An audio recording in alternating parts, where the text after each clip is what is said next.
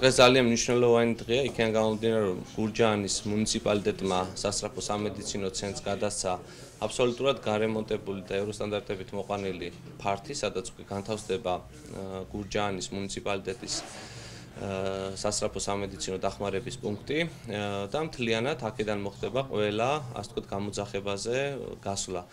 თქვენ თვითონ ნახეთ, რამდენად კარგად არის, კომფორტულად არის მოწყობილი ეს ფართი.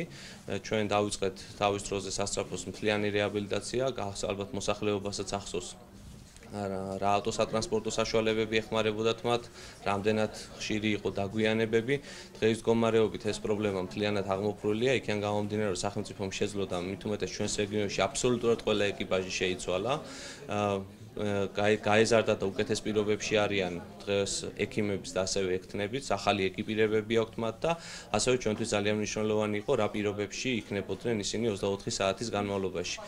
და პრაქტიკულად თქვენ იცით, რომ აქ ცხოვრობენ ისინი, მთლიანად მორიგეობას ატარებენ მთელი დღის განმავლობაში აქ და ჩვენ ასევე დავეხმარეთ იმაში, რომ გურჯაანის მუნიციპალიტეტმა აბსოლუტურად თანამედროვე გარემონტებული და რეაბილიტირებული ფართი გადასცა სასწრაფო სამედიცინო დახმარების ცენტრს.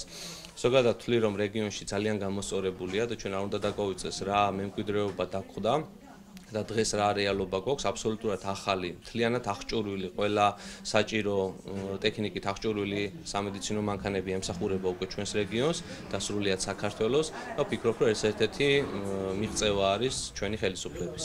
მე პირველ რიგში უფლება არ მაქვს, უდიდესი მადლობა არ გადაუხადო გურჯაანის მუნიციპალიტეტს, მის ხელმძღვანელს, ბატონ გიას ასეთი უზარმაზარი საჩუქრისთვის. ეს არის, რა თქმა უნდა, ჩვენთვის დიდი საჩუქარი, ეს არის გურჯაანის მოსახლეობისთვის დიდი საჩუქარი, ეს არის დიდი საჩუქარი იმ თანამშრომლების, რომლებიც დღეს სასწრაფო სამედიცინო დახმარების ცენტრში მუშაობენ და კიდევ ერთხელ დიდი მადლობა. მაგრამ ჩვენც არ ჩამოვსულვართ საჩუქრის გარეშე, გურჯაანს დიდი ხნის ნანატრი, მეოთხე ბრიგადა დაუმატეთ ჩვენი ხარჯებით, სახელმწიფო სუბსიდია, ისე რომ გურჯაანი ამის შემდეგ უნდა იმუშაოს წელგამართულად. ჩვენ ვიყავთ ჯიო ჰოსპიტალის ტერიტორიაზე განთავსებულები და ახლა ჩვენ ვართ იზოლირებულად, უფრო მეტი კომფორტია და შედარება არის ყველა გინდათ ჰიგიენის თვალსაზრისით და გინდათ, რა ვიცი, ყველანაირად.